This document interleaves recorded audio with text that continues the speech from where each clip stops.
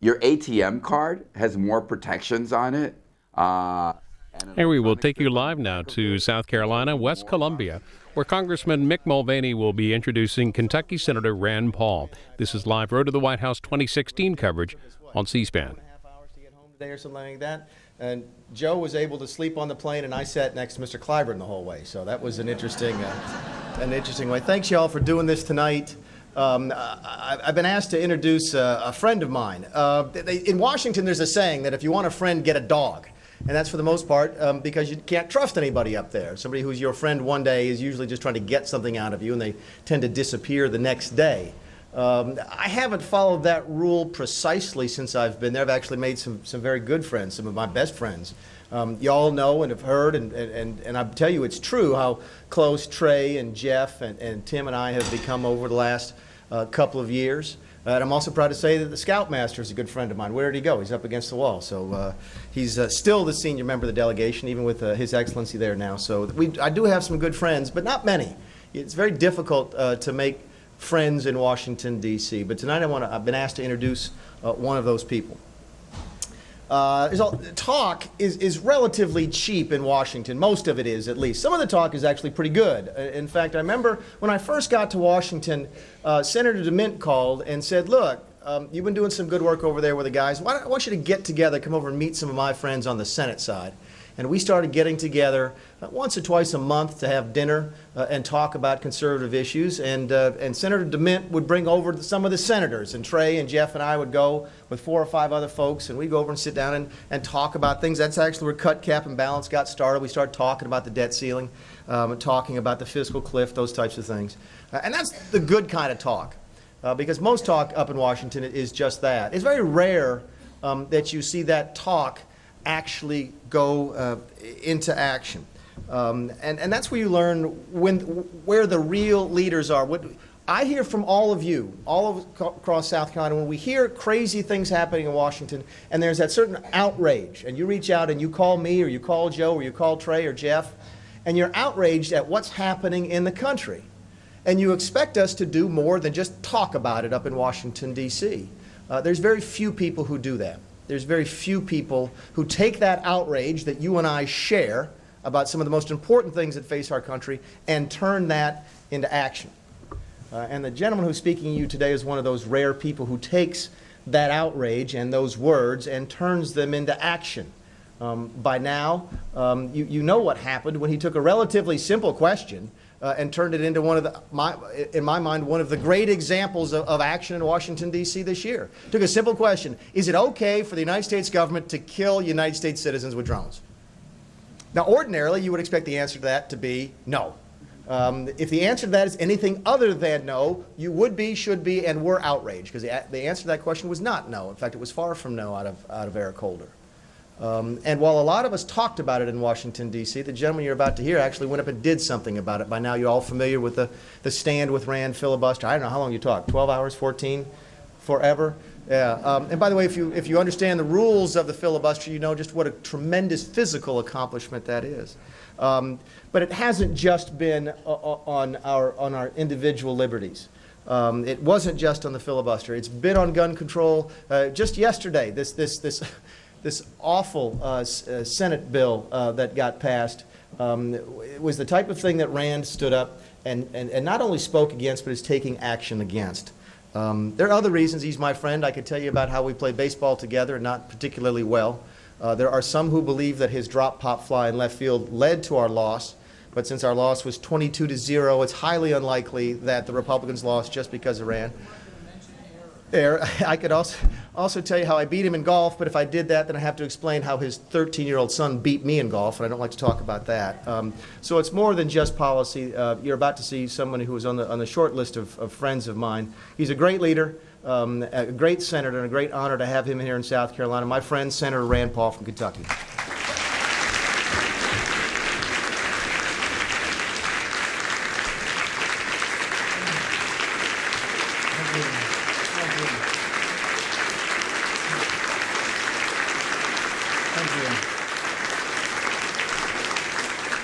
Now, Mick neglected to mention that it's a short list of friends, right? It's just a short list.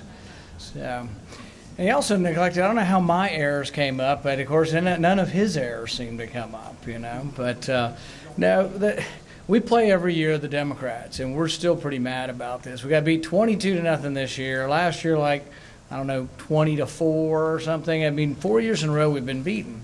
And they've got this one young pitcher. He's 32 years old, and he played baseball in college. And it's just, and I say, look, Democrats, you guys love regulations so much.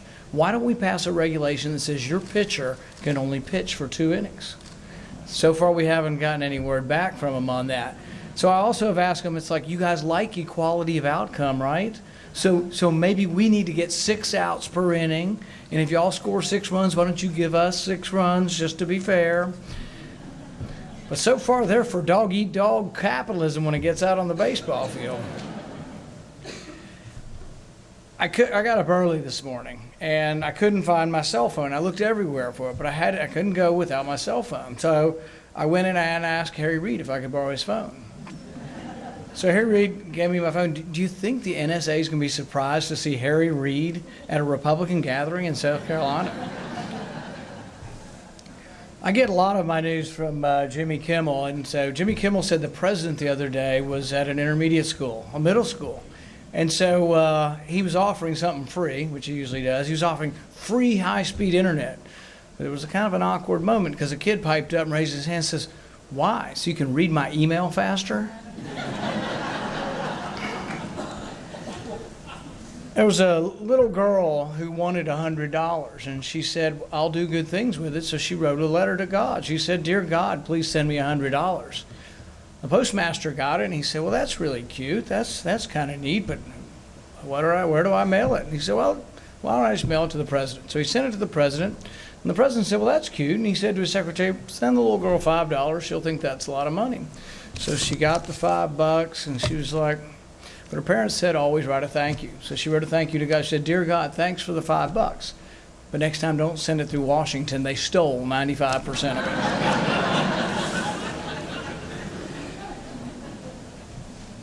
I was also watching Jimmy Kimmel the other night, and he was talking about the sequester. So he does the man on the street. Anybody seen him do the man on the street thing? So he goes out, man on the street, and he says, "Pardon me, ma'am, but have you heard that the president has pardoned the sequester and sent it to Portugal?"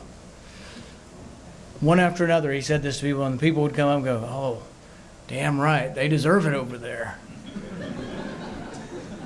You wonder who's voting in the election. So then he went up to one woman and he said, "You've heard North Korea's rattling and threatening to bomb and doing these weapons tests. You heard the president has sent them the sequester." And they're once again, "Damn right, they deserve it." We have a problem. We've got a disconnect. We've got a disconnect between an electorate who doesn't know what a sequester is or where Benghazi is, but we have them still, engaging in the public debate, maybe, showing up to vote, maybe. But it's a problem. We need an informed electorate. Our country really needs to have more information out there. Now, on the sequester, I think we're actually winning the battle on this, the public relations battle. The president said, "The sky is falling. The world will end. Oh my, we cannot possibly have this sequester," which is a cut in the rate of increase in spending. If you've seen the chart on TV, here's without the sequester, here's with the sequester. Spending goes up with or without the sequester. But we survived. The world isn't ending. He tried to say, "Oh, we have to close down the White House. We can't have the self-guided tours in the White House." Well, the same week he announced no self-guided tours in the White House, you know what he did? He found an extra $250 million to send to Egypt. So we've got money lying around in a shoebox somewhere that we can send to Egypt. We sent F-16s to Egypt. We sent M1 tanks to Egypt. So we've got no money. The cupboard's bare, but we've got money to send overseas.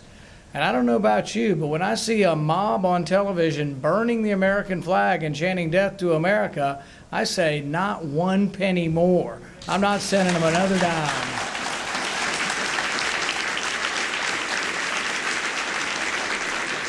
Now, the president says, where would we possibly cut? What could we cut? How are we going to deal with this sequester? We waited a year and a half to even ask the question. It was passed in 2011. A year and a half later, he says, oh, what are we going to do? We're going to have to cut out the air traffic controllers, the meat inspectors. Your meat's going to be rancid. Planes are going to be crashing into each other. It's like, we got a $4 trillion government, and that's the first thing you're going to cut? Meat inspectors and air traffic controllers? I think people saw through it and saw it, frankly, as a charade.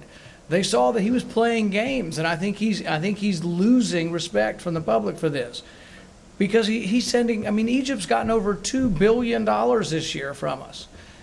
We are still sending money to Pakistan. Pakistan imprisoned the doctor, Dr. Shakil Afridi, who helped us to get bin Laden for the rest of his life. And what do? We say, oh, please release him, but here's another $1 billion. They don't understand that kind of leverage. They understand, don't send them anything, and they'll say release them. I introduced an amendment in the Senate that said no more money to Pakistan unless you release it. And my opinion is you really shouldn't send it at all, but being the moderate that I am, I said we'd give it back to you. You release him and you'd actually get all your back foreign aid that you think you deserve if you release him. I got 20 votes in the Senate. I lost over half of the Republicans on this and all of the Democrats. But if you ask the public this issue, I frankly say I can go, if this were the Democratic fundraiser in Colombia, it wouldn't be this big probably. But if it were, I think I can tell them the same thing. We shouldn't be sending money to countries that hate us, to countries that are burning our flag. I think it's popular whether it's Republican, Democrat, or Independent. But in Washington, it's the opposite. They still think no one will be our friend unless we send them money. The president of Egypt, Morsi, stands next to a sheikh, his spiritual leader, who says death to Israel, who says Israel is the descendants of pigs and dogs. Israelis are the descendants of pigs and dogs. There's Morsi saying amen. So I have another idea for an amendment, and so far they haven't let me vote on this one. They don't really like to vote on these things. I have another idea for an amendment. Why don't we ask President Morsi to publicly affirm the Camp David Accords, to publicly recognize Israel's right to exist before he gets another penny?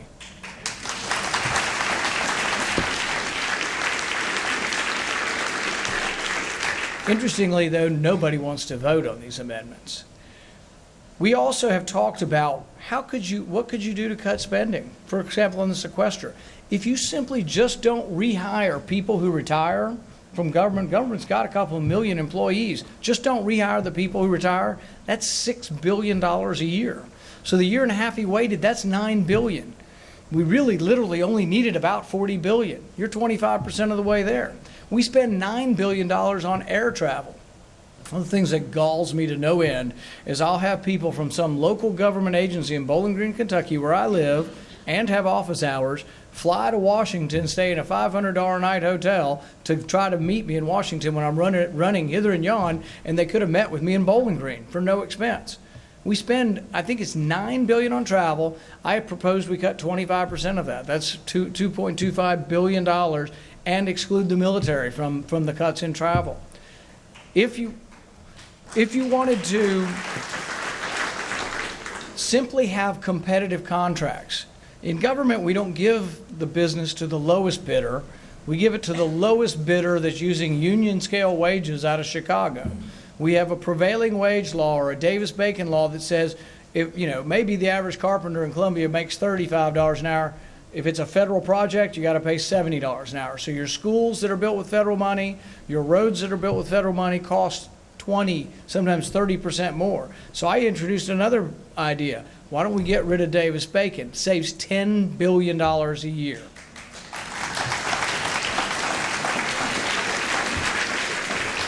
But I don't think the president was really listening, so I came up with a few other ideas maybe to get his attention. For example, we spent $325,000 on a robotic squirrel last year. Now you would ask, why would we need a robotic squirrel? Well, these scientists had an interesting question. They wanted to know if a rattlesnake would strike a squirrel that wasn't wagging its tail. But they couldn't get a squirrel to volunteer not to wag its tail. So they built a robotic squirrel, doesn't wag its tail, and guess what? A rattlesnake will bite the you-know-what out of a squirrel that's not wagging its tail. $325,000. We spent $500,000 developing a menu for Mars. Doesn't really seem like a pressing need to me, but if you have a kid living in your house, one of your children that you wish were getting a job and not living in your basement, they're 26 years old and you're waiting for them to move out, this is a perfect job for them. There's a lot of government grants like this. Pays $5,000 to be in the study, 2 weeks, all paid expenses. It was done in Hawaii. I don't know why you have to develop. I guess the rocky landscape makes you think you're on Mars. The prerequisites for being in the study were pretty strict. Your kid had to like food. And after spending $5,000 per person for all expensive paid trip to Hawaii, they discovered that the best thing that these kids could come up with, college kids, pizza. That cost us $500,000. Some of this, though, is in the military. People say, you're not going to go to South Carolina and talk about waste in the military, are you? There's waste everywhere. Anybody that's ever been in the military knows there's waste. Doesn't mean I'm against national defense. National defense is the most important thing we spend money on. It's one of the few legitimate constitutional functions. It should be a priority. It doesn't mean a blank check. I think we should audit the Pentagon. Pentagon says they're too big to be audited. That's an insult to every taxpayer in the country. We should audit the Pentagon. Too big to be audited? In the Pentagon's budget, Tom Coburn found this out, who's one of the great deficit hawks and waste warriors up there. He found $7 billion in research unrelated to the military in the Pentagon's budget. Why? Because most of us feel a patriotic call to vote for the defense budget. We always vote for it and it passes, so people cram it full of goodies. $7 billion. It had in it $1.8 million for a study to develop roll-up beef jerky. Now, I'm not sure how that's keeping the Russians or the Iranians at bay, but roll-up beef jerky. It had $5 million in there to study the collective action of fish. And I dogged this grant, and I got responses from the scientists. They said I didn't understand really what they were trying to do, which is true. And I called a bunch of goldfish, which they were actually called golden fish. So, but the bottom line is there's a lot of money being wasted in a $4 trillion budget, and we could go through hundreds and hundreds of programs. One more, $3 million spent to study monkeys on meth.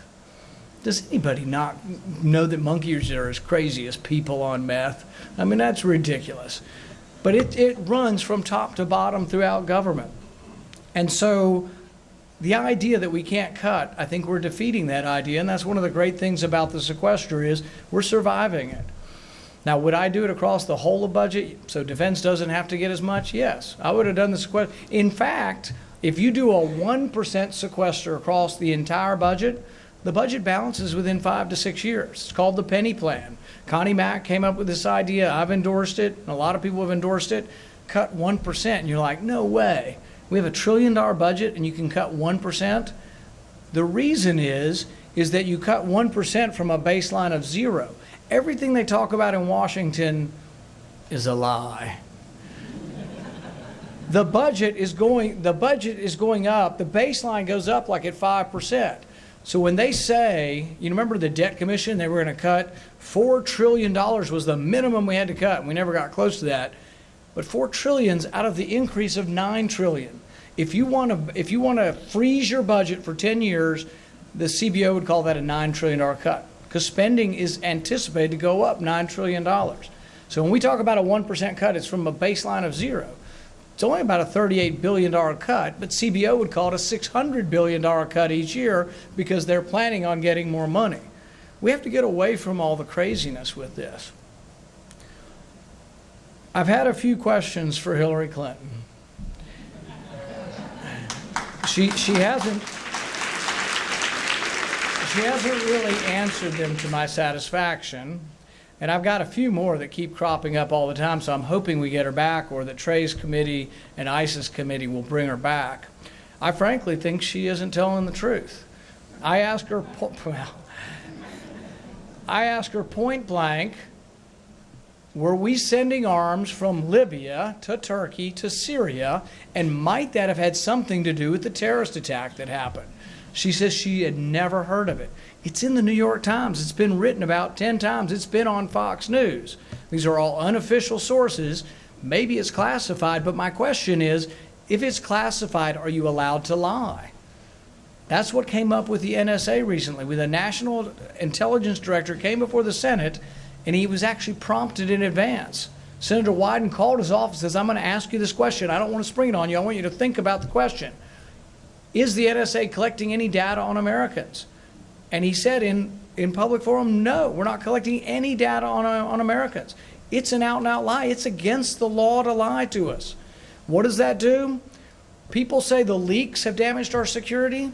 You know what's damaged our security is lying, because now I don't know whether to trust them. They now say that there are 50 terrorists we couldn't have caught without this secret mining of 1 billion American phone calls.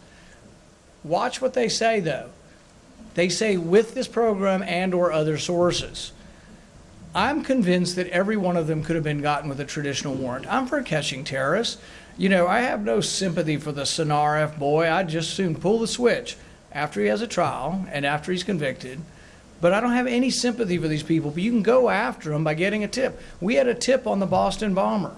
The tip was Russia thought he might be a terrorist. We interviewed him, and maybe we couldn't get anything from the interview. But then he went back to Chechnya. We're mining 1 billion phone calls of Americans. We're so lost in data. We've got data up to our eyeballs, but we're not spending the time to look through a targeted list of a guy who's been tipped off to us. The underwear bomber, he was tipped off to us by his dad. We still let him get on a plane and come over here. We need to do the police work that it takes to get to terrorism. The TSA. Do you think a 3-year-old American kid with spina bifida is going to blow up a plane? Do you think a veteran who's lost both legs is going to blow up a plane? We humiliate our veterans by making them take their prosthesis off to hobble through the scanners. I've been to Israel. When you go to Israel, they say, hello, Mr. Paul, and they know who you are. But not just me. They know who everybody is on the plane. I would spend more time looking at the flight manifest. And if you've been to Yemen 3 times, maybe you deserve a little more scrutiny. If you're an international traveler visiting from Pakistan, you deserve more scrutiny. After 9/11, we had a special program for student visas. Bush instituted this. It was a good thing. For 25 countries, we looked especially hard at your student visas. Why? Because 16 of the 19 hijackers were overstaying their student visas. Was it targeting? Was it profiling? Yes, because only certain people are attacking us. Why don't we use some brain sense to go after the people who are attacking us?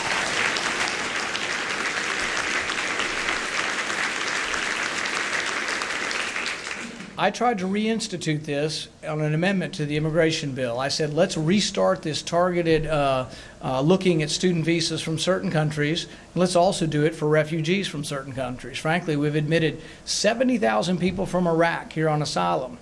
I thought political asylum was when you were escaping dictatorship. We won the war, and we're admitting 70,000 people here. 95% of them are on food stamps, 80% live in government housing, and 45% of them are unemployed. I'm not against helping refugees. My church has helped people from Bosnia. I've met and helped people from Burma. But the thing is that do we need 70,000 people who are pro-Western? They should be in Iraq making their country a better country. I mean, it sounds harsh, but that's really what should happen. We don't need to have them here and immediately put them all on government assistance.